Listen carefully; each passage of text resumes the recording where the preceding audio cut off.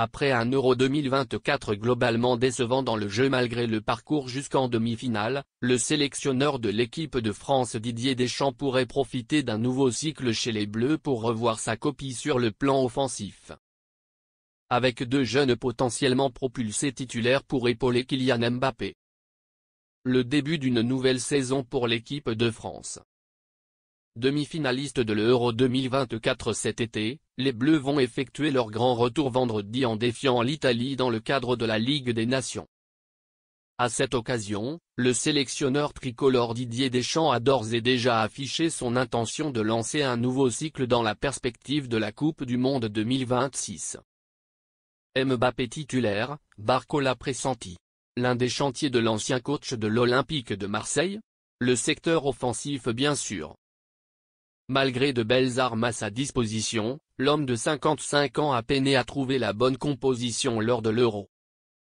Sur ce tournoi, la sélection française a marqué 4 buts, un pénalty de Kylian Mbappé, 2 CSC de Maximilian Vaubé puis Jan Overton, et une seule réalisation dans le jeu par Randal Kolo Muani.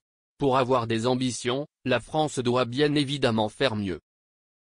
Conscient de cette réalité, Dédé pourrait opter, dès vendredi, pour une nouvelle formule. Sans surprise, le capitaine Mbappé reste au cœur du projet tricolore. Ainsi, malgré un début d'exercice éprouvant au Real Madrid, l'ancien Parisien devrait être titularisé, selon les informations du quotidien L'Équipe ce jeudi. Et d'après la radio RMC, le jeune talent Bradley Barcola, en feu avec le Paris Saint-Germain depuis le coup d'envoi de la saison, 4 buts en 3 matchs de Ligue 1, se retrouve pressenti dans le couloir gauche. Comme avec les Merengues, Mbappé pourrait donc occuper l'axe afin de permettre la titularisation de son ancien coéquipier au PSG. Déjà préféré à Dembélé?